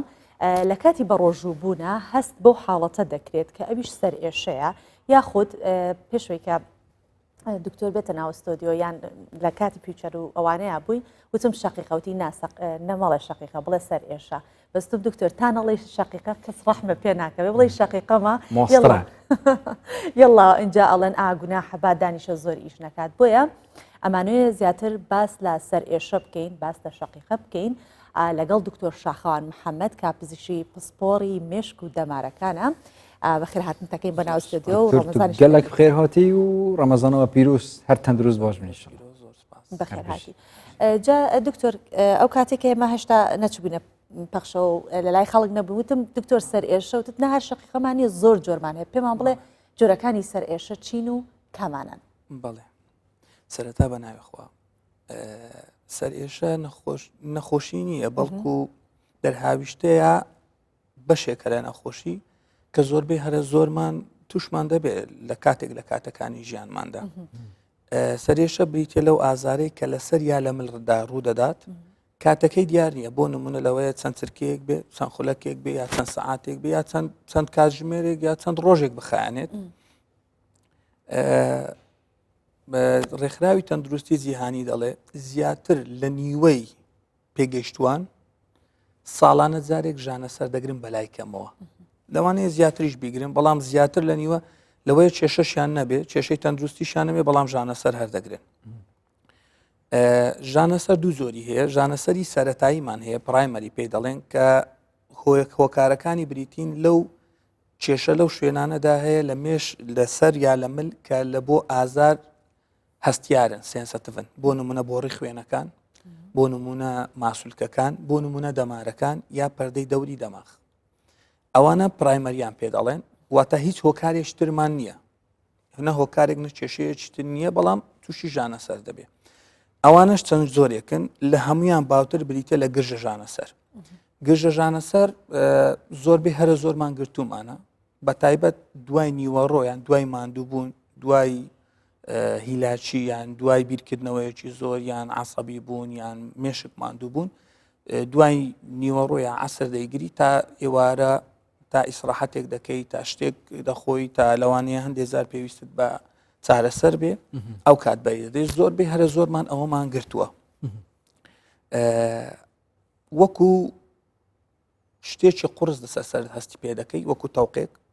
سەرت دەگرێت جاری وا هەیە نیوچەوانت دەگرێت یا تەنیشتەکانی سەر جاری وا پشتی سەرت دەگرێت بێزارت دەکا ماندوو دەبی لەگەڵی لەوانەیە دەتوانی ئیشەکانی خۆت ڕایی بکەی بەڵام زۆر بەڕێک و پێک و بە شێوەیەکی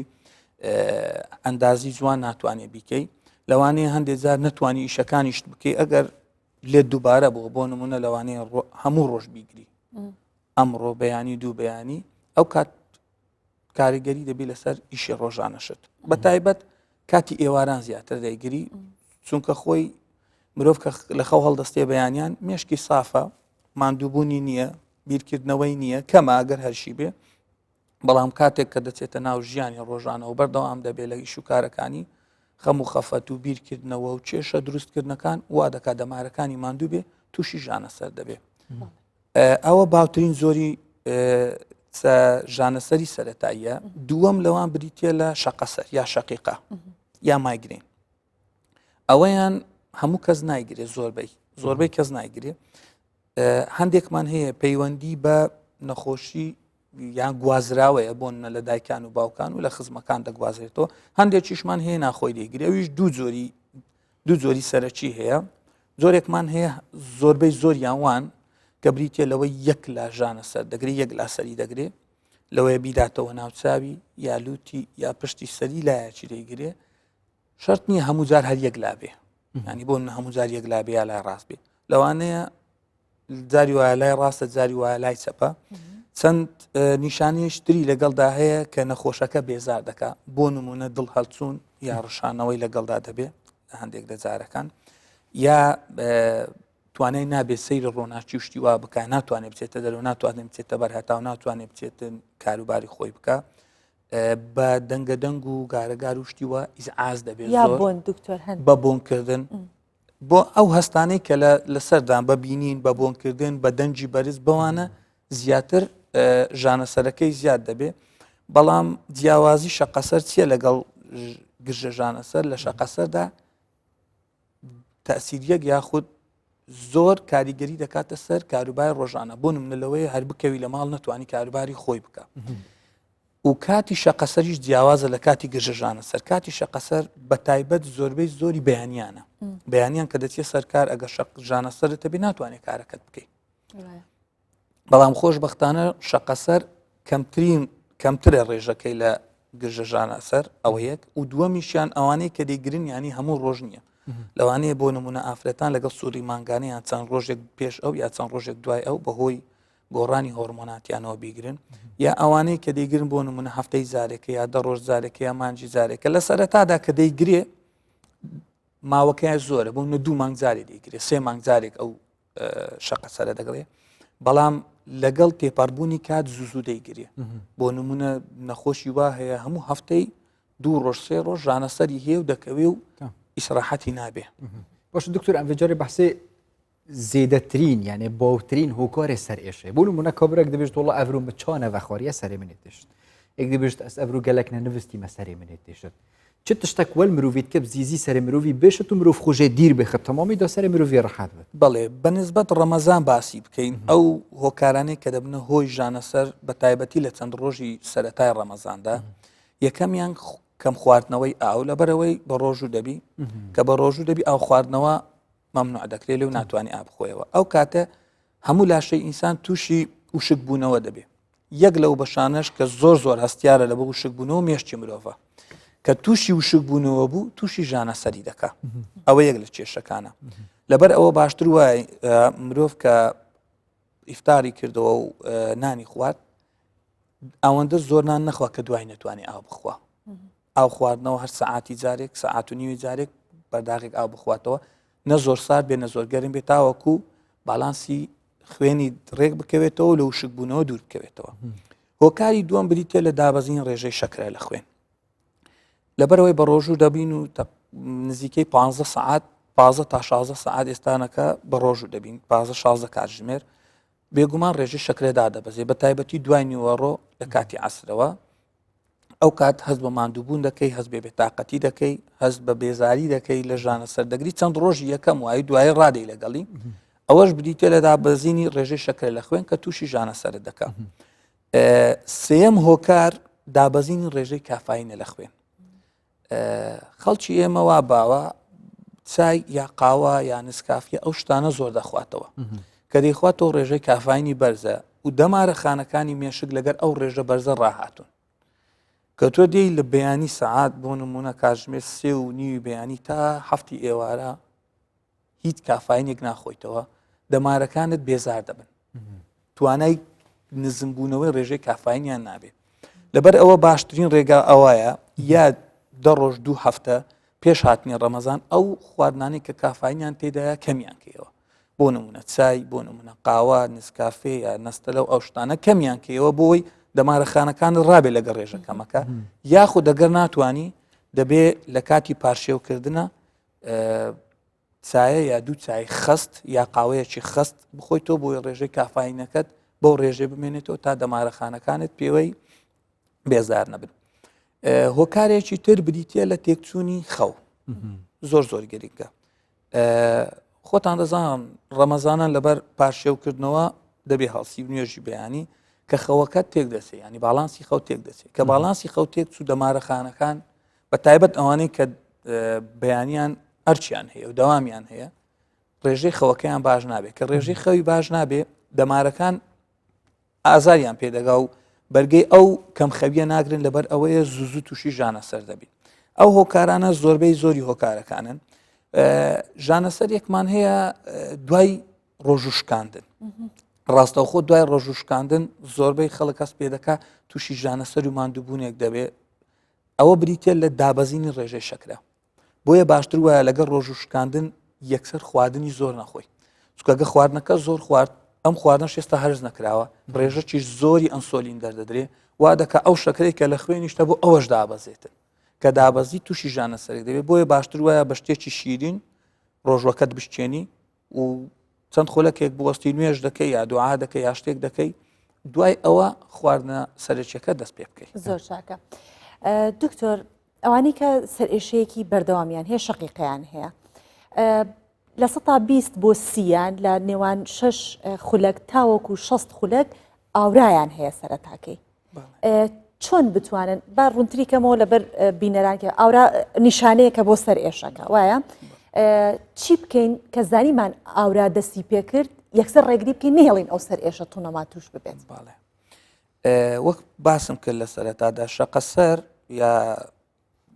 مایگرین کە باست کرد دوو زۆری هەیە. زۆرێکمان هەیە پێی دەڵێن باو کۆمۆنەکە ئەوەیان ئەوڕای لەگەڵ نییە کە زۆربەی زۆری تقریبان 70 لە بۆ 80 ئەوەیە. بەڵام زۆریشترمان هەیە کە پێی دەین کلاسیک میگرین ینی شەقەسەرێکی تایبەت. ئەو شەقەسەرە ئۆڕایانی جەڕەس یان نیشانەیەکی وە ئاگدارکردنەوە. چەند ئۆڕایەکمان هەیە بۆ نمونەیەک لەوانە بەرچاوی لێڵ دەبێ یا بەرچاویان تاریک دەبێت. لەبەرەوە کە پرسیار لە نەخۆشەکە دەکەی خۆی دەزانێ دەڵێت دکتۆر 10 دقه 5 دقه چارێکێک پێش ئەوەی ژانەسەرەکە بگرم هەر خۆم هەستی پێ دەکەم کە دەیگرم. بۆ ئەوانەی کە شەقەسەریان هەیە بێگومان لە سەرەتادا زۆر پێویستیان بە چارەسەر نییە چارەسەری پزیشکی و دەرمان بەکارهێنان. بەڵام کە گەیشتە حالەتی ئەوەی کە بێزاریان کا و کار بکاتە سەر کاروباری ڕۆژانیان ئەو کات دەبێت چارەسەر بەکاربێنن. چارەسەر هەیە دەتوانانی باشتر وایە کە ئۆڕاکەی بۆ هات لە شوێنی قەڵەباڵغ نەبێ چونکە بە دەنگە دەنگ و گاڵەگار زیاتر دەبێت. باشتر وایە چێتە شوێنێکی تاریک ڕووناچی زۆر نەبێت چونکە بە ڕووناچیش ماندووتر دەبێ مێشتی. ئەگەر خواردنی نەخواردووە نەیخوا چونکە بە خواردن خراپتر دەبێت دەتوانێت تۆزێک ئابخوا ئیسراحەت بکە. زۆر جار هەیە ئۆڕاکە نابێتە شەقەسەرەکە ینی ئۆڕاکە دەگرێ و ئەگە پێشمان لێگرت ئۆڕاکە دەمێنێتەوە و نابێتە شەقەسەرەکە. بەڵام ئەگەر چارەسەری بەکارنێنیان نتوانی خۆی بپارێزی ئەو کا دەبێتە شەقەسەرەکە و ئازای دەدا. باش دکتۆر وەکی ئەفکارە مژی چۆنژی بەحسکی دەستپێکی وەختی مرۆڤ بێژە شەقیقە هەموو مرۆڤ ترسد ئەڤێل بەرامبەری مرۆڤژی مرۆڤ بێتەوە شەقیقەوە هەیە. بجارێز بەحسێ چارەسەریە بکەم چارەسەریە کە یەک جاریش بووی شەقیقی هەیە ئەبێت توش بی چ جارێ دی توش نەبتێوە؟ ئێمە لە بواری پزیشتیدا سێ زۆر نەخۆشیمان هەیە. نەخۆشیەکمان هەیە چارەسەری دەکەی و بنبڕ دەبێ. نەخۆشیەکمان هەیە چارەسەری هەیە بەڵام بنبڕ نابێ. نەخۆشیێکیشمان هەیە چارەسەری نییە. شەقیقە لەو نەخۆشیانەیە کە چارەسەری دەکەی و بنبڕ دەبێ بەڵام یەک کێشەی هەیە چەند جارێک لەوانەیە دووبارە بێتەوە. شەقەسەر دوو جۆر چارەسەرمان هەیە لە بۆ شەقەسەر. چارەسەری هەنووکەی بۆ ئەو کاتێکی ئێستا تێدایە بۆ ئەو ژانەسەری ئێستا تێدایە چکە ئازای دەدا و کێشەی لە بۆ دروست دەکات ناتوانانی کاروبارەکانی ڕای بکە. ئەوانە چەند زۆرێک دەرمانە دەتوانی بەکاربێ بۆ ئەوەی بە کەمترین کات ژانەسەرەکەی نەمێنێ. ئەوەی ئێستایان ئەبۆرتف تریتمنت پێ دەڵێن ئەوەی ئێستا تا ئەو ژانەسەرەی لا بدانەی هێڵێ. ئەو دەرمانمان زۆرە و زۆری جیاوازی شێ دەتوانی بەکاربێنێ و زۆربەی هەرە زۆری نەخۆشەکانیش ئیستفادەی لێ دەکەن و کێشیان نامێنێ. چارەسەریش ترمانێ لەبەرەوەی شەقەسەر نەخۆشیەکی درێژخایەنە پێویستیمان بەوەیە ڕێ لێ بگرین لە داهاتوو تووشی ژانەسەر نەبێ. ئەوانەشمان هەیە خۆشبەختانە دەتوانی بۆ نمونە 2 مانگ تا 4 مانگ یا 6 مانگ دەرمان بەکاربێنێ دوای ئەوە شەقەسەرەکەی نامێنێ بانای ئەوە نیە نایگرێ بەڵام ئەگەر هاتوو لە بۆشی گەڕاوە جارێکی تر ماوەکەی کەمتر دەبێ یەک دووەم ئازارەکەی دەرەجەی ئازارەکەی بۆم نەگە پێشتر لە دەی حەوت بوو ئێستا لە دەی دەبێتە 2 یا 3 بەرگەگرتنی ئاسانترە زۆریش کار ناکاتە سەر کاروباری ڕۆژانەی. خواردن و خواردنەوەکان بە تایبەتی خواردنەوە گازیەکان کە لە مانگی ڕەمەزانە زۆر خەڵک ڕۆی تێگا یان ئەو خواردنانی کە نیتراتی تایە وەکو سەوسج و گۆشتی قوت و ئەوانە چەندێک کاریگەری هەیە لەسەر سەرێشە؟ خواردنەوە گازیەکان کاریگەریان هەیە لە سەرێشەر بەر ئەو مادانەی کە تیاندا هەیە باشتر وایە ئینسانی ڕۆژەوان خۆی لێ بە دوور بگرێ چونکە هەم زیاتر لە 15 بۆ 16 کاتژمێر ئەو گەدەی تۆ بەتاڵە ئەوەشی دەکەیتە ناوەوە و ئەنزیماتی تێدایە مەوادی کیمیایی مواد حافزەی تێدایە تەسیری زۆر دەکات بەڵام باشیەکەی مەوادە گازیەکان چێ ڕێژەیەکی زۆر زۆری ئاوی تێدایە یانی بۆ نمونە زیاتر لە 95 ئاوە هەرچەندەگە ئاوەکە بە تەنیابی خۆی زۆر باشە لەو مادە زیان بەخشانە بە دوور دەبی و ئیسپادە لە ئاوەکەش دەکەی بەڵام یەک شتی تێدایە بۆ نمونە کۆلا ڕێژەی کافاینی تێدایە ئەوانەی کە بەردەوام دەیخۆنەوە ناتوانن تەرچیکەن یا دەتوانن بە چای یا بە قاوە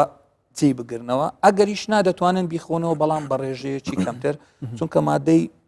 سوود بەخشی تێدایە وەکو نسبەی ئاوەکەی بەڵام مادەی زیان بەخشیش تێدایە کە باش نییە بەکاری بێنە. دکتور وەکێتە مۆژە پێکری خو سەر ئێشە نە نەخۆشیە دەرهەوێشتەیە باش ئەگەر بۆ سایە خو هەر سەر ئێشەك محتاج نەکرد مرۆڤ بشتە دەف پزیشکی چارەسەری وەربگرێت جهێ سەر ئێشێ بۆ نمونە vێرێ بەت یانژی ڕەخی ڕاستێ و چەپێ یانژی پشتێ ئەگەر جهێکی مرۆڤی بێشت شوان هەمین ناوچە مرۆڤ کیشکێ بزانت ئەڤە یا مەترسیە بێت مرۆڤ بشتە دەف نوژدارێکی چارەسەریە وەربگرێت. بەڵێ لە سەرەتا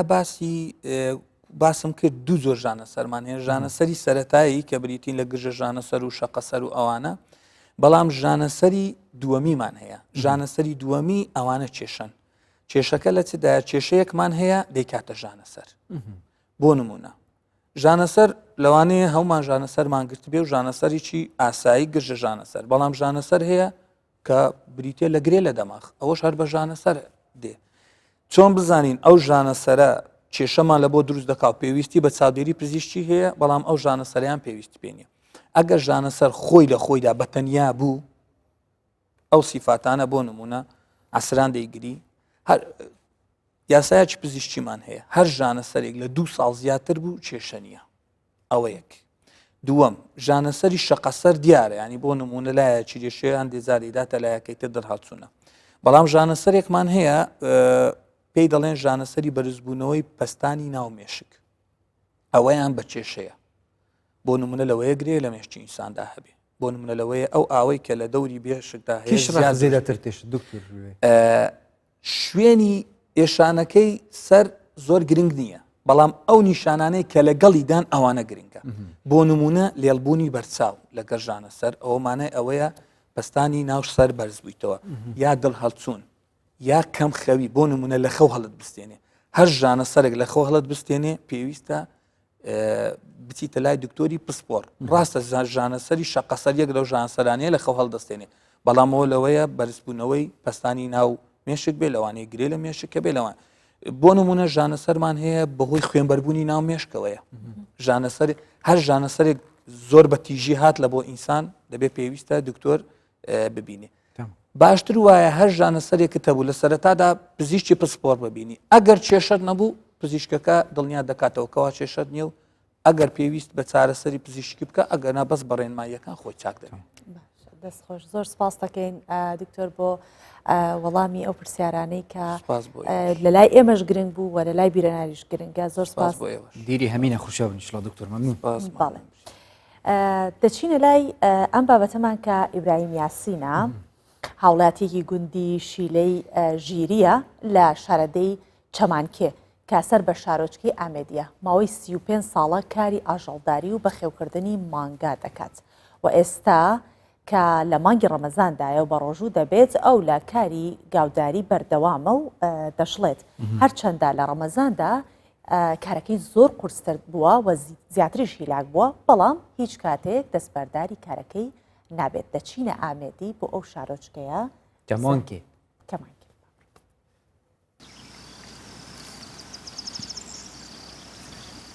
دگل بدانا سلاوا خویا هر نمیجه که دوید او را پیچا خواه بکد بچونه سرکار خواه خودان کرنا آجالان. ابراهیم زیده 35 سالان نووان حالانده کاریوی خودان کرنا وان جور آجالانه و بوی آوای او بحثا دیروکا خود دگل داده کد. دست بيك يعني البتشيكوت ياخو حطوفي قوفي ما افشو ليكر بوبيت ما بوبي من افشو ليكر ودي فراجي ما افشو ليكر يعني جيونو ما شولي ما السرف مولوت يعني جيونو شولو كسبته ما يول سرف المولوت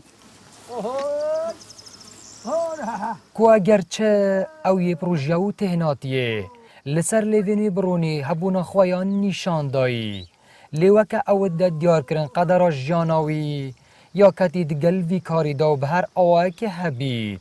دوید هداره لسر بکشید. براستی خودان کرنا مالات وکو بیجن گارش گلک اف زحمته سر رای و همه جی رمضان جی گشتی و وقتا که گلک اف زحمته و برف هاوین و چیتو بس ام مجبورین ما مالات خودان کری و ام مجبورین ام ببین حتی دیمای کادشته گتما ناگتما سر رای هبونا تاوی زحمتی و آستانگیان لی ابراهیم داد دیار کرن کوی تجاری هزرا دست بردان جوی کار خوان نکریه تنوی هیوی هبونا بازاره که باشه جبو فروتنا آجالین خواه. بارکه ما البرنیه که ام دستال و مالات پیلینو ام چنکی ما جیانا ما یارسر و مالاته بس ام دی خودان کن زستانی دیگر لک زحمت ویرا بین حتی بیتا بهار و حتی برف هاوین و چید دی بیتا وقتی فرودنه وقتی خورنه دی هند بین الدر هات الحدودات ترکیه بگره ایران بگره راستی جداخیه خودان کرنو را گرتنا وان جور آجالان دنها دال حریما کردستان و به تایبت جیل نافچه این چیایی برونیا بر بزیده بونه چوی و به هر آوه که هبید کسی این کل سروی کاری راستی آینه دوید خواد گلداب بگنجینن.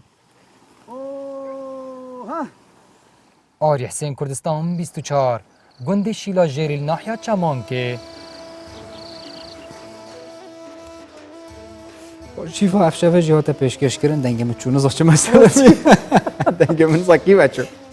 شیفا افشافه پیشکش کردن ایشالا خود رجوع نویجه تا قبیل که تو ایشالا خود ما بینتوی شبه او لیلة القدر اما او پاشی با خاطر خوش ناخذ خاطر خود شرط چون کلا سر تا شبان ما لقل قدي هر اوابو